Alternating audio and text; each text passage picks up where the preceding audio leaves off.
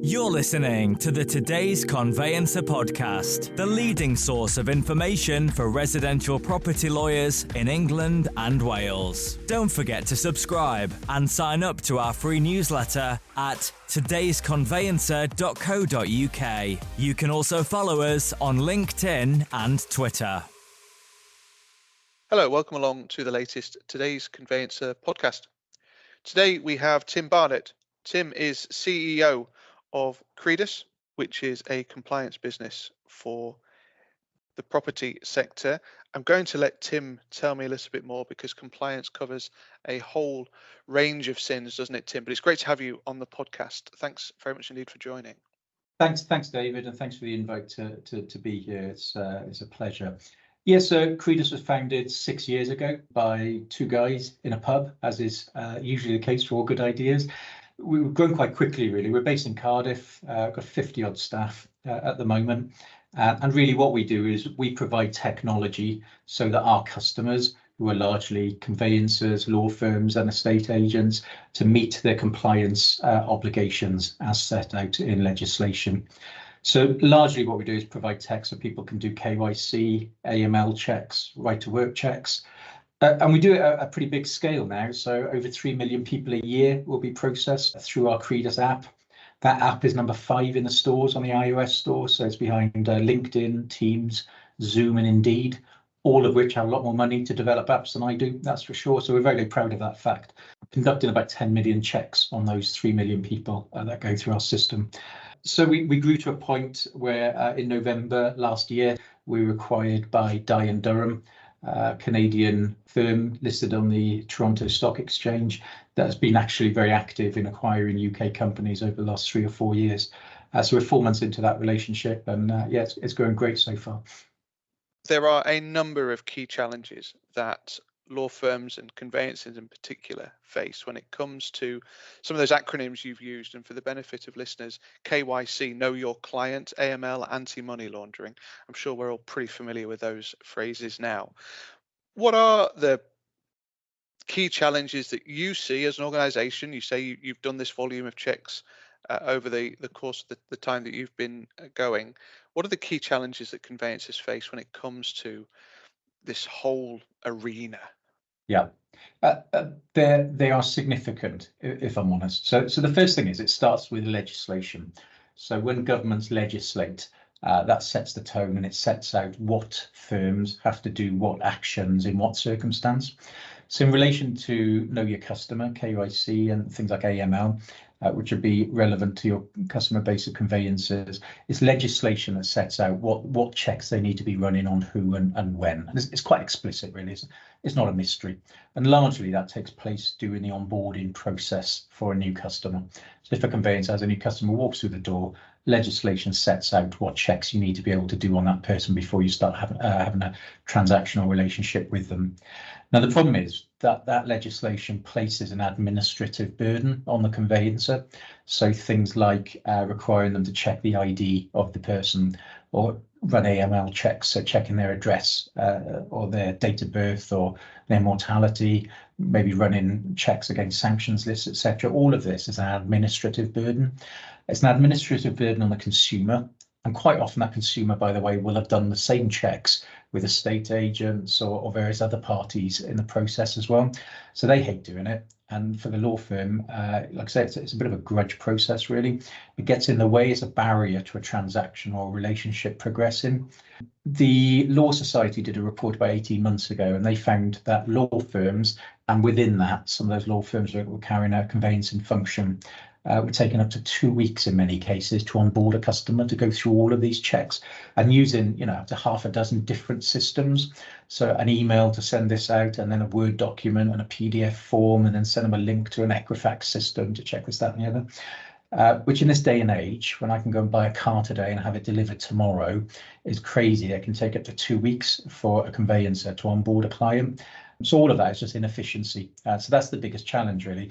Shockingly, despite going through all of that pain for the consumer and the conveyancer, the SRA annual report last year found that 70% of firms we're non-compliant at the end of that process anyway. So everyone's going through all of this hard work, providing all of this documents, doing all of these checks, and then the end outcome is they're still not compliant, and therefore they're open to the risk of fines, reputational damage, etc. So it's a lot of work to get no outcome at the end. So that really is the challenge. And to be honest with you, any of your listeners who are involved in conveyancing or law firms will recognise that just to get on with the relationship or the transaction, you have to go through all of this pain at the start. The biggest challenge we have actually is explaining to firms that they're not compliant when they think they are. And that's probably changed over time, if I'm honest, that challenge. It used to be that 6-7 years ago, we were doing the education piece explaining why people had to do these checks. And now it's changed. Everyone knows that you have to do KYC and AML checks now. But the biggest challenge we have now is explaining to people that their current system, as the SRA stats say, 70% isn't compliant, and explaining why that's not the case. And that's the biggest challenge for us. I want to pick up on something you said there. Yes, the SRA warning notice. I mean, they actually felt compelled to release a warning notice, didn't they, back at the end of last year about non-compliance. But you talk quite specifically about the legislative burden, and that sticks in the craw of a lot of conveyancers, because the role of the conveyancer is to transact property, not to be an AML policeman.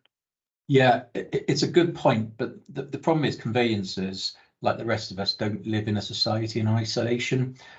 We all live in a society that we'd like it to be crime-free, if that makes sense. And so we've all got a responsibility, whether you're an estate agent, whether you're a conveyancer, a law firm, a mortgage provider, whether you're a bank.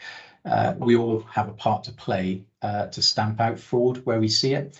And so, whether we like it or not, that the government also takes this stance, and governments around the world take the same stance, that burden can't only be handled by government themselves, but we all need to play a part in order to get the society that we want. It is a grudge admin process, and I do understand why people think it shouldn't be their problem, frankly, but it is all of our problems, because the impacts of crime and money laundering impact all of us in society. So we've all got a part to play in that. What I would say is, though, and that's part of the reason, I guess, why I'm here, is that it needn't be the huge admin process. There's technology available, and I would say this coming from Credas, but there's technology available now where we can onboard somebody, not in 2 weeks or even in days, but you can literally do the entire process in minutes, in real time, issue checks. And for the consumer, they can supply everything, for example, through open banking or through digital data checks. So our onboarding process, if somebody was sitting in front of me with the right documents, we could onboard them in 3-4 minutes in total, not the 2 weeks. That can be done remotely. They can be sitting on a beach in Honolulu. So there's technology available at the moment to help with this. It's extraordinary to me how low the adoption is, frankly. And the UK actually is a lower adoption rate than both Canada and Australia, which have very similar regulatory landscapes to us. I think really the big conversation for the next couple of years, and opportunity, by the way, for conveyancers in the UK, is around that adoption level. If more and more people are adopting the latest tech, whoever provides that, I mean, there's more providers than just Credas, but I think adopting technology to help in this way will help consumers, will help the conveyancing firm themselves, and frankly help the entire transaction process. It's a really interesting comment that you make there, because I was chatting to another provider of ID services, and they said that their biggest competitor, in inverted commas, is paper. So you might sit around and think to yourself, oh, actually, our biggest competitor is one of these other providers. But actually, what you're saying is that there are still a lot of firms out there that are using what might be considered quite archaic systems. Yeah, so I mean, it goes back to the challenge I said earlier. Our biggest challenge at within the business at the minute is explaining to firms that they're not compliant when they believe they are. And the SRA stats bear that out as a real problem in the sector. So to give you an example, if any of your listeners, if their process involves the emailing in of ID documents like a driver's license or passport, almost certainly your process won't be compliant. If your process involves, for example, typing in of a passport number into a system, that will almost certainly not meet the levels required by legislation to be compliant. If you're not rerunning checks regularly throughout the entire duration of the relationship with your client, then you'll almost certainly not be compliant. And there'll be lots of listeners listening to this thinking, blimey, that's how we onboard our customers. That's what we do at the moment. And therein, like, that exactly is the nub of the problem, really, where firms think they're compliant and they aren't. And that 70% figure is extraordinarily high, but doesn't surprise me. A lot of that will be paper-based. Here's the problem with the paper-based system and manual systems, is that somebody walking into a reception and handing over their passport, and the untrained person on reception looking at their face and looking at the document, making an assessment that it's not a fraudulent document, for example, and then photocopying that and sticking it in a filing cabinet at the back for 6 years, is really, really exposing that firm. And there are criminals out there who are looking for firms with antiquated processes like that. And I'll tell you the other end of the scale, what it looks like at the moment. So we use AI in our solution in order to spot fraudulent documents. And every single day now, not hundreds, but certainly dozens a day, we're flagging documents that are being created by AI, right? So we have this AI battle going on where fraudsters are using AI to create fake documents, and we're using AI in order to be able to stop them. Now, somebody who's still using photocopies or fax machines or emails, it's the equivalent of turning out to a gunfight with a banana in your pocket. It is really exposing those firms, and that will only exacerbate and accelerate actually over the next 2 or 3 years. And the technology exists, and if it was really expensive, I'd understand why firms perhaps are more reticent about adopting it. But you can run a full AML check with biometric IDV for, you know, £2 or £3 or something. And in many cases that fee can even be dispersed. So it's not really a financial barrier, I think, that firms need to get across. It's more about an openness and an adoption of technology. And I do think actually there's probably a change coming that will drive it more, because I've been talking about digital adoption for the last 15, 20 years of my career. What's different now, though, is around Gen Z. And as they come out of university and graduate and go into firms, they won't accept working on antiquated old systems because they're just not used to it. And I think as consumers as well, they'll start to choose firms where they can onboard in minutes remotely, that doesn't impact their lives, as opposed to having to go into a branch and hand over loads of bank statements and utility bills. They just won't accept that level of service. So I do think probably the Gen Z impact will probably start affecting all sectors, frankly, over the next 5 years or so, and will force people to adopt, because as employees and as customers, I think they'll demand it. But yeah, there's a whole slew of issues, but I do think the technologies are available to increase efficiency, and it's not expensive. It just requires a mindset and a willingness to look at it, first of all, and consider it. But the gains are there for everyone. They're really obvious. You bring up consumers, and I accept your point around Gen Z wholeheartedly. But of course, they're not buying houses until they're in their 40s at the moment. So we've still got this point in time where we're still trying to educate consumers about electronic ID. And what kind of queries do you get back from consumers around electronic ID? Is there reticence on their part to complete this information? Not nowadays. That it was a little bit. If we go back 5, 6, 7 years, people were concerned about new technology like remote digital identity and verification. We do it a lot now in our lives, and I think people understand, you know, that it's a useful technology. So in and around the IDV space, no, it's accepted technology, and we don't really get any pushback. What's interesting is if you look at open banking, there's probably still resistance in the market around open banking, and many people find it intrusive, despite the fact it offers a lot of efficiency. But that will go through the same adoption curve that IDV did. And if we jump forward 3 or 4 years into the future, you know, people will be much more open about using open banking instead of hunting around getting bank statements and utility bills. I don't know about you, David. If somebody asked me for 6 months bank statements and utility bills, I don't even know where I would start. So all of these new technologies all go through an adoption wave. IDV, we're over the hump and is now accepted. Open banking is probably on the upward curve at the moment. I do think what we all have to remember, though, is we're in a consumer-led market, and for many years that we've probably been a little bit isolated in terms of the legal sector and conveyancing. It's been quite local, and reputation goes a long way, and recommendations and referrals. But increasingly, and I speak from personal experience, I didn't go ahead with a house purchase because it was not where I live locally, because the local estate agent wanted me to physically visit to hand in my documents, and I wasn't going to take a day off to do that. So it's a really good example of how firms who don't offer consumers the sort of service that they expect elsewhere in their life will increasingly be be at a commercial disadvantage to other firms who can onboard somebody nice and quickly within a few minutes. Just want to take a very quick sideways step. You've talked about the adoption curve for IDV. We're over the hump of that. Then you spoke specifically about open banking. Can you just explain to listeners the difference and why it's quite an important difference, Tim? Yeah, sure. So within the services that we offer and in and around the compliance landscape, there's lots of different checks that need to be conducted. And within those checks, there's also sub-checks. So I'll give you an example. Everyone will be aware probably of an ID verification. What they're probably less aware of is when you confirm somebody's ID, it's probably about 6 or 7 sub-checks that go on within that. So we check what's called a liveness check. We check a biometric facial recognition image from a passport to the individual. We check the veracity of the ID document itself. And that alone has 72 individual sub-checks on the document. So each component of a compliance check has an awful lot of stuff beneath the radar that goes on.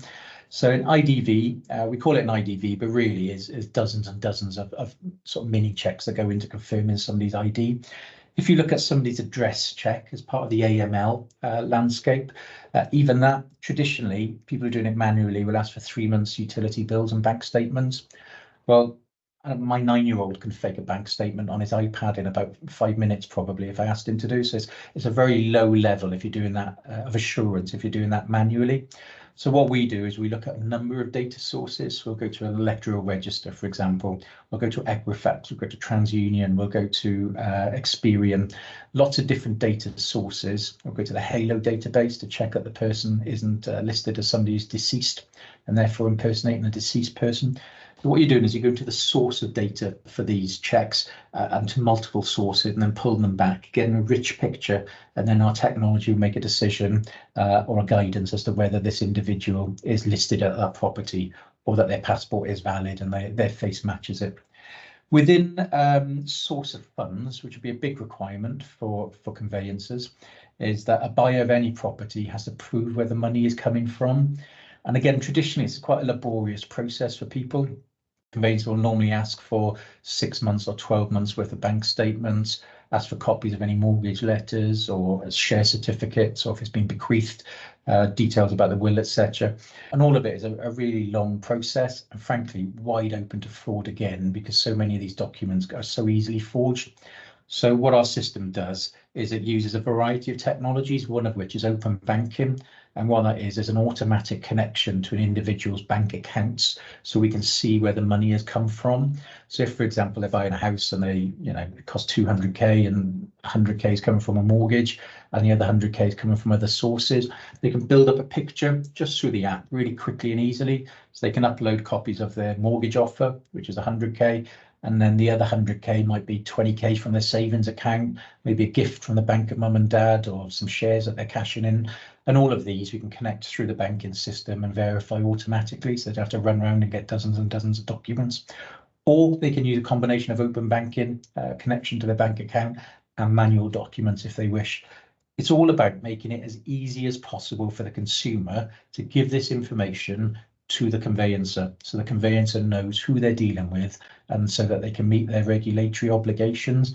And using our tech to do that, that's what our job is to sit between those two parties and make it as slick and as easy as possible. The manual process for doing all of that can take days, the burden on everyone, and the outcome is of such a low level because there's so much opportunity to fake documents. It's not a high degree of veracity, but we can reduce all of the admin burden into something that probably takes 90 seconds for the consumer to supply all the information. And then in real time, that result goes back to the conveyancer. It's a really, really good example of if you're willing to look at technology, the efficiencies for both conveyancers, customers, the firm themselves, and the reduction in risk because the assurance levels of the tech are so high. There's basically no reason not to do it, frankly, in my view. But I would say that, wouldn't I? The classic no-brainer. Yeah, absolutely. But you talked about the fact that the education that you do, that the training you do, and has changed over the past 5 years, as an example. The pushback that you'll forgive me for asking you here is What level of training does the conveyancer now need to interpret that data? It's fine getting it, and the technology, as you say, gets it very quickly. But what are we now doing to make sure that we interpret that information properly? There's got to be an understanding that a conveyancer doesn't work for the Home Office as an expert in making decisions around passport forgeries and the like. So in some areas, in and around IDV, for example, the government have provided statutory excuses. So what they've said is that if your ID verification is completed by a supplier and hits a certain standard, which they call the safe harbour standard, which many of your listeners will be familiar with, then what we will do is we'll indemnify you, Mr. Conveyancer, should that person turn out to have been a fraudulent third party. So it's a really good example of, again, if you're using manual processes, there's no way you can hit that standard. So, I mean, all of our conveyancing clients, our service hits that safe harbour standard. It's a key part of our service. So it's a really good example where the conveyancer doesn't need to take it on themselves. You just choose a provider, and many of the providers, by the way, not just Credas, will offer this safe harbour standard. Also, though, an incredible number don't, right? So it's very, very key. So as a conveyancer, if your current supplier is not offering you the ID verification to a safe harbour standard, then you don't have the statutory excuse, if that makes sense. So it's a good example where you don't need to be taking the decision on yourself. You can rest on the technology and technology provider. What happens during investigations where there's been an occasion of fraud is the conveyancer needs to be able to demonstrate that they've taken reasonable measures. Reasonable measures in order to prevent that. And to be really clear, in 6 years, we've never had a single estate agent fined by a HMRC, nor a single law firm or conveyancer fined by any regulatory body. And the reason being is, when there are examples of fraud, that the case that you put forward is, look, I employ and I spend money to use a specialist company, and they provide me with a service that is to this, and my processes in and around that are well documented and we follow.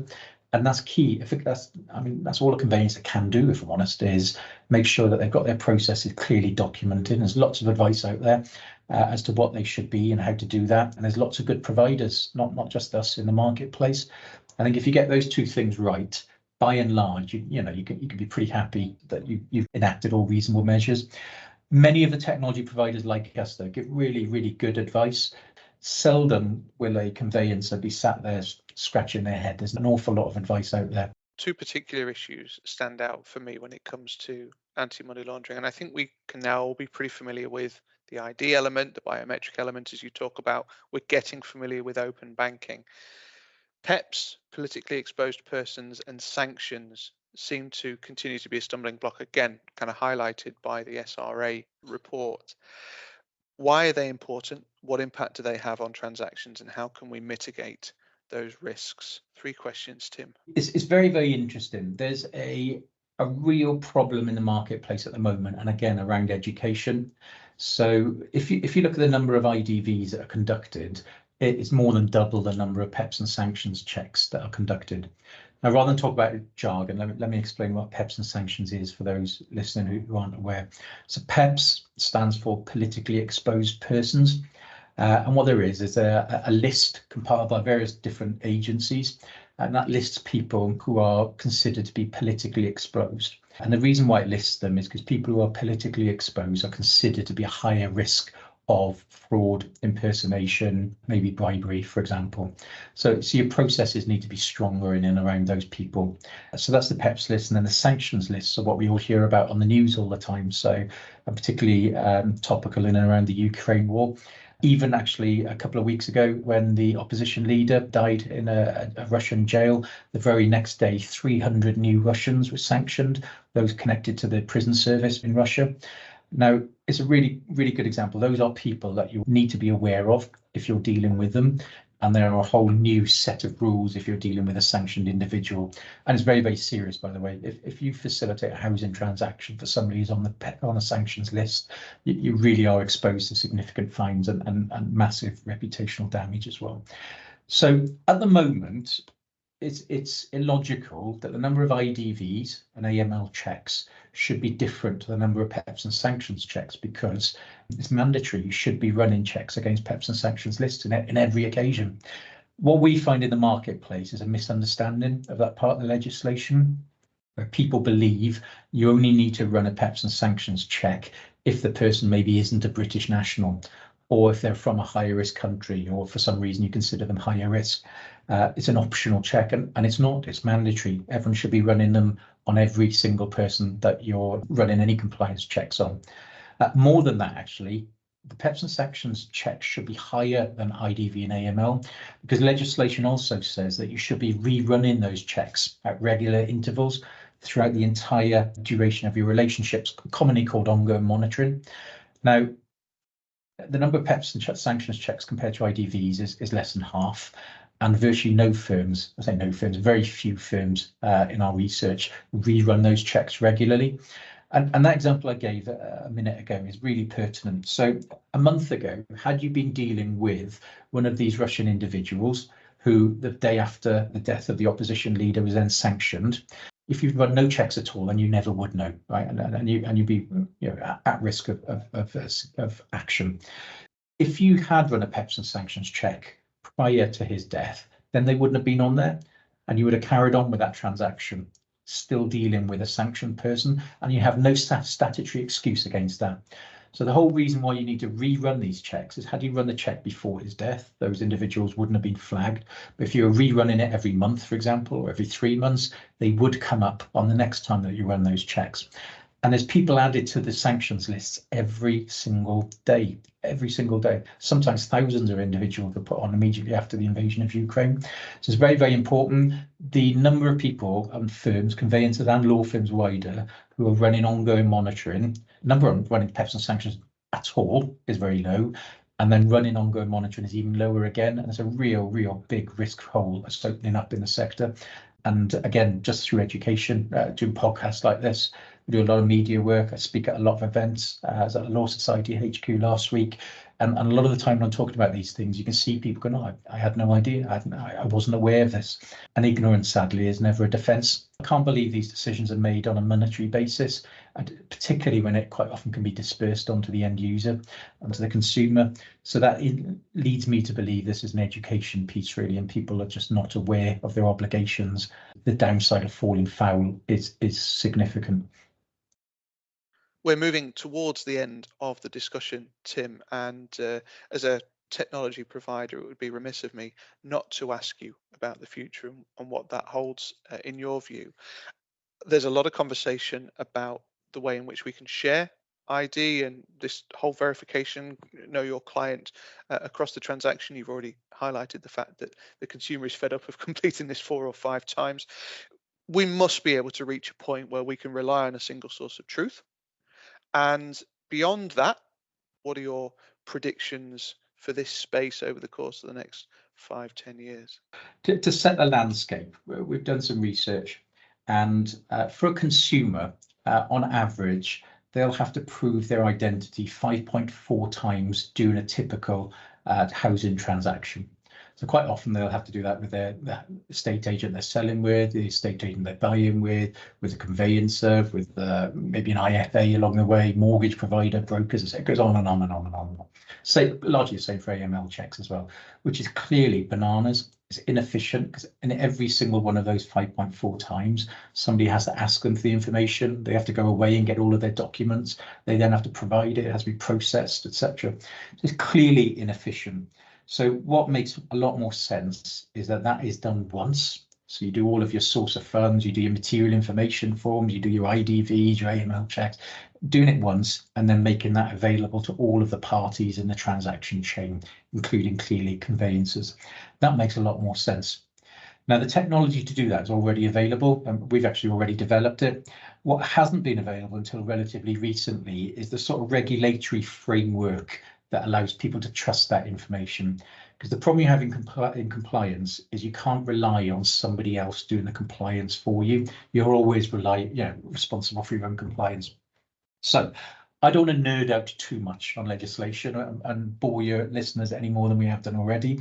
But there's something called the Digital Identity and Attributes Trust Framework, or DIATF. Actually, if I go back a step, the government had 2 choices. Is if you believe that it makes more sense to do all of this once and then share it with different parties, there's two routes you can take. You can either have the government do that, so you have a digital identity and maybe all your AML checks, etc., and the government holds it, and then everyone accesses it. And if we lived in places like China, that is the route they go down. In the UK, we live in a society where we don't like the idea of all of that being centralised by government. We don't like national ID cards, etc. So what the government have done is actually very clever, and they've created something called this trust framework. And what that does is it sets a series of standards. So it says, and it started with just the IDV, but it will add on things like AML and stuff over time. But with the IDV, what it said is, we will create a series of standards, right? So if you conduct the IDV to the best possible standard, so for example, that's using a passport, not a driving license, because a passport is much harder to forge. It's using the NFC chip, not just OCR, because again, it's harder to forge. But all of these sort of standards, right? It's called the GPG 45 standing. They've created a trust framework that if a provider hits those standards, then they will be able to be certified onto this trust framework. And once the provider is on the trust framework, it means that any party should be able and should be confident to trust the ID that's been provided to that standard. So, for example, if an estate agent has conducted somebody's IDV, at the moment, a conveyancer is reluctant to accept it because they say, look, we can't rely on somebody else to do our compliance. However, if the estate agent has conducted that IDV and it's got a DIATF stamp on it, it's to that standard, then the conveyancer is able to accept it as if they've done it themselves.